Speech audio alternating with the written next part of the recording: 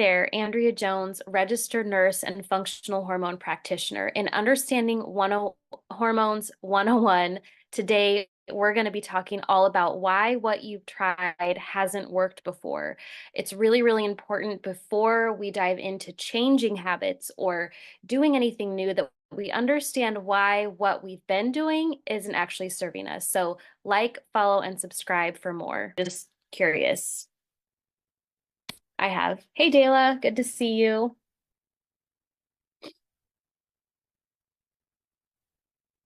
Yeah. Okay. Let's dive into why what you've tried hasn't worked. Okay. Because if we're going to do something different about our symptoms, we have to be able to we have to be able to understand why what we were doing wasn't actually working for us. So I talk a lot about addressing root causes and a lot about addressing root causes in a systematic way. Because if we don't have a roadmap to get to where we're needing to go, then we're not going to get there. And that's going to be really, really frustrating. And we end up spinning our wheels and doing all of the wrong things when it just doesn't have to be that complicated. So, all right. So, birth control, again, does not address the root causes, is terrible for your gut-brain connection. We are seeing a lot of evidence of birth control impacting the pituitary gland long after somebody stops using it. We see long-term impacts on birth control on the liver, which then just typically makes our symptoms worse, which is so frustrating when when we're in that boat. It's just not fun. Hormone replacement therapy, again, is not addressing the issues in a systematic way that actually leads to those long-term results.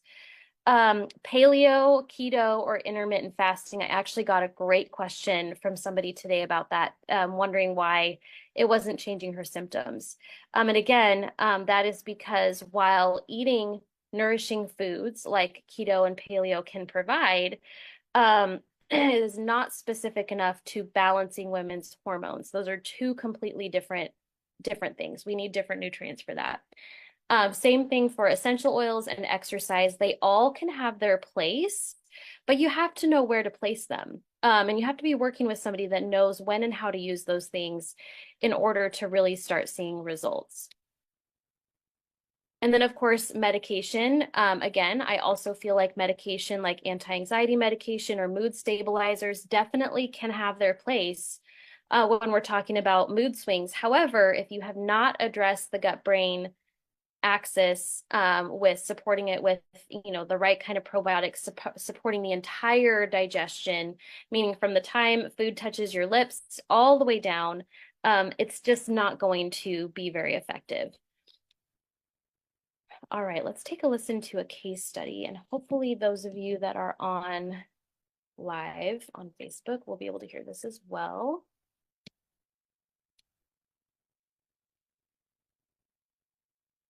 Yeah, and also just not so much accepting stuff as normal anymore. Like I think as women especially, we're constantly told like, oh, you have menstrual, don't come in a partner, like that's kind of like go deal with it. You know, like it's like everyone minimalizes all these things, and it's like then you realize that there's actually freedom from all this stuff, and you're like, wait, what? Like I can like live a normal life. What is this? Like, yeah. So having the tools to not just figure out what your body's telling you and how to fix it, but realizing that you don't have to live with it. Like it's not okay. Like right?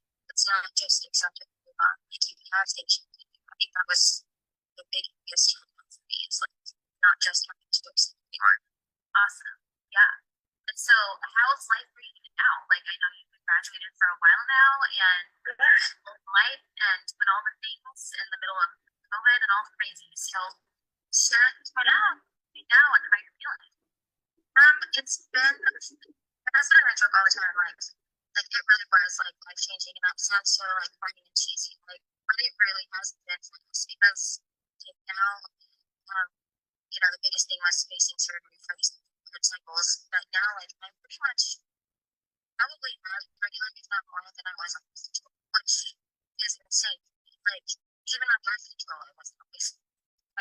It's like my back like maybe my everybody, yeah, like but overall, like we did try to be regular, which is nice. It did nice, a little better. And then um, the mood swings and stuff, like I feel like I don't get as overwhelmed or I'm too tired, like I do my meditation, like the life again. So, yeah, it's been, that sounds selfish and cheating, so I really hate to even say that. But like it really was like huge, huge change. Like, it's been crazy. Even my mom, like, you know, you tell me she was all things. Right?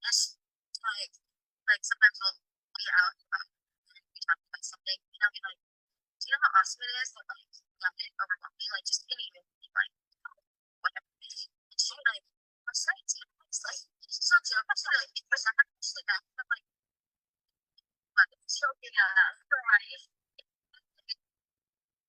Okay, so the reason I love to share case studies is because they're relatable.